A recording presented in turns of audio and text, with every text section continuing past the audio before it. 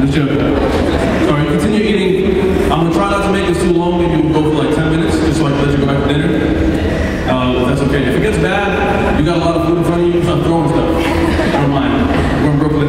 Things are crazy here, I know. I lived here for a while. But don't worry, I'm a native. I'm not even foreign. So, like Angel here said, I just wanted to maybe share with you guys for a few minutes a little something about Thanksgiving and stuff. I know usually when we talk about Thanksgiving, it's a lot of turkey talk, and it's a lot of, okay, we're gathered around, and thank God for this, and thank God for that, and thank God for whatever. Everybody can hear me okay, by the way? If you can't hear me, just let me know. Louder? Hey, George, can you just maybe close the door? I don't know if we're able to. I don't know if one's outside. Okay, so we'll start in the name of the Father, and the Son, and the Holy Spirit, God, amen. So my name is Mina, and like I said, I used to live in Brooklyn for a while, so I love this city, and I know none of you guys all live in LIU or just commute, but it's really cool. My sister goes here, so I love it for another reason as well. I've got some family in that. Or she used to go there, sorry. Not a good start. But I used to come here for at least for that. So it's cool to be with you guys for this. The thing I want to share with you, our topic for this 5 minutes is this: the Thanksgiving scandal. That's the last thing we need out here is more scandals. I don't know if you guys have been following CNN. There's just scandals all day, every day around the world. When you think of the word scandal, what comes to mind, right? Like if you think of today's Monday. A couple of years ago, on another Monday, the most popular thing ever that was going on, the thing that was trending on Twitter, the thing that everybody was talking about, was something about a little basketball player. I don't know if you guys recognize him. He wears 23, he used to play for Chicago. This is Michael something, I don't know, Jordan maybe? Yeah, Jordan, that guy. It was something about his retirement. That was the biggest thing on Monday. On Monday, that was news. On Monday, everyone's thinking, is Jordan going to retire or not? What's up with Jordan? On Tuesday, nobody talked about Michael Jordan. A scandal went down. Maybe in the news right now, but it's good. The effect gets quiet outside. Around here, these past couple of maybe days, weeks, whatever, maybe there's whatever's popular in the news, maybe people are talking about Tebow, maybe they're talking about this and this and this, or, elections. Then a scandal goes down. Maybe something about Libya, maybe something about foreign affairs. Scandal. What scandals do is they stop you dead in your tracks. Right? You can't just eat regular turkey and everything in the middle of a scandal. If you went to Penn State about a year ago, you're not just going to play catch like you used to, are you? Right? Why? There's a little something called scandal. A little while before Michael Jordan, by the way, the Tuesday thing that happened, the scandal, the big breaking CNN news, was something called 9/11. You guys are all old enough as I am, I'm not that old. But to remember that Tuesday, right?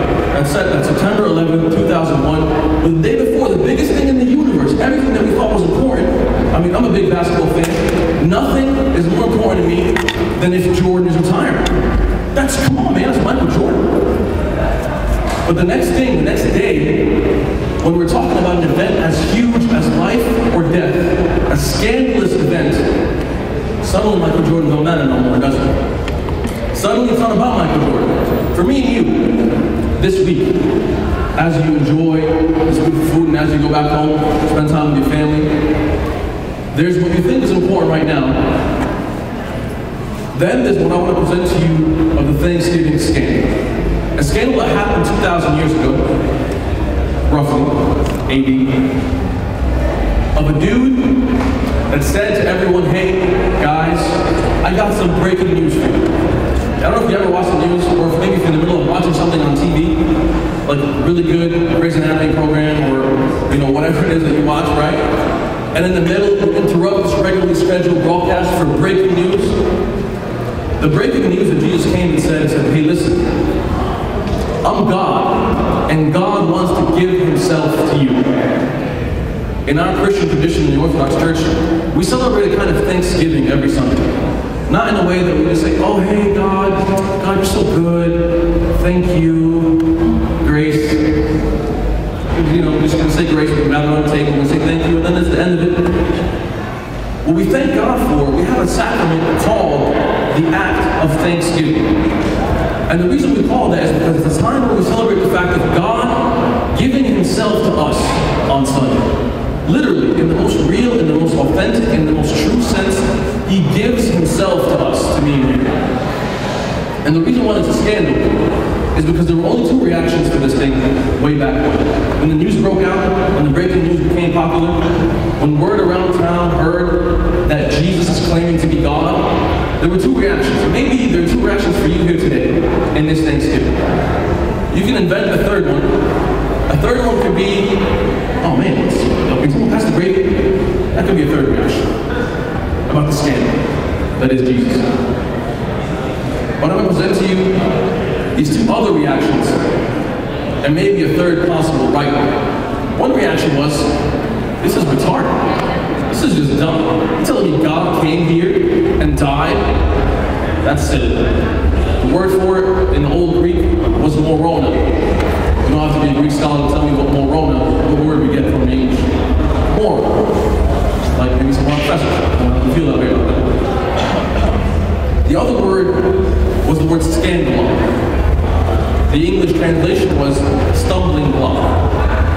The translation was that we can look. I had a friend of mine recently over the past year and a half. I've had a chance to travel a little bit to other countries and speak with people about what they believe about this idea of the cross. Like if I was a Christian back then, if I was writing the message of Christianity, I'd have been like, hey, when we cover up the whole cross thing, it makes us look bad that our God died. Let's not talk about it. Well, Christians didn't do that. Christians made it their like logo. Christians put it all out there. Our God died, and then came back again from the dead. Sounds weird even saying God died, doesn't it? I don't know, it sounds weird to me. I had a friend in Switzerland that I got to meet, very devout person of a different faith. And he said to me, I just can't believe it. It just sounds like scandalous foolishness. My man. And you would say that God, the ruler of the universe, would come and then die and then raise again from the dead. And I said to him, I agree with you. Because you know the idea of scandals are? Scandals are the opposite of what you'd expect. Sometimes it's moral scandals where someone expects you as the coach of a football team not to rape little boys. That's why that's a scandal. The scandal that God did is that I expect the big man, the powerful, strong God to come and be strong with us. But what God did was that this is a hymn that we say in the church, is that he, by weakness, showed what's greater than strength. Somehow, by weakness, somehow by humility, showed what's greater than pride. Somehow, by the death on the cross, showed something that's more powerful than, flexing the gun show. More powerful than, zapping us all because of our own sins. Looking at us and saying, oh, you bad, zap, zap, zap. Something more powerful than that. And for today, maybe I want you to consider whether you're a Christian or if you're a non-Christian. If you've ever heard about the full message of the cross of Christ, God himself coming here to earth in something that looks foolish and scandalous. If you believe that as a Christian, if you believe it as a Christian, I'll speak to you for a second first, then your life should be scandalous a little bit too. Not like that. Some of us, we already got that down. Our life should be scandalous in the sense that I look at you and say, man, it's making me uncomfortable how you're making all these holy decisions in a place that's not holy. It's scandalizing me. How are you doing that? It's wigging me out how you can have a prayer life, that you can pray and things seem to happen when you pray. If you're a non-Christian, the scandal can also be, I'll tell you for me, when I was a non-Christian, earlier in my life, as I consider, I would pray the right prayers, I'd fast the right fast, I'd do the right motions, the right routine, where I figure, God has to hear this, God has to, if I'm doing stuff, God has to hear me, right? But when there's no interaction, there's no living God in my life, then I got scandalized by something called Jesus, who showed me what it means to have a living interaction with the living God. So I want to leave you with that maybe over the course of this little holiday couple days. If you're a Christian, are you scandalized by the cross? Do you look at it and say, wow, that's cool. Wow, cross. Or do you look at it with a jaw dropped and say, my goodness, this is the craziest thing in the history of mankind. How could God do that? What kind of love is that? That was the only reaction in the first century. That's why they had no problem doing whatever it took. What is it? Kill me? Do it? Exile me? Bring it? Do what you got to do? I just saw my God kill death. Can't touch that. Nothing. Got nothing on that. And if you're a non-Christian, maybe think about the fact of this scandal for a second. Maybe something you've thought about as foolish your whole life, and thought about as scandalous your whole life, but for the wrong reason. Think about maybe the love of a father who, I was watching some little kids earlier today who were hanging out.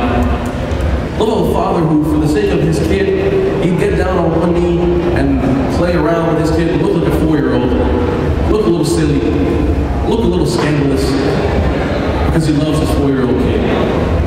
Even though while maintaining his own position as a grown man, as a grown, authentically amazing person. That's the God that I want to maybe share with you today. And that's the God that this Thanksgiving for you and for me isn't just a turkey holiday, but it's a chance for us to actually see how God gave himself and is giving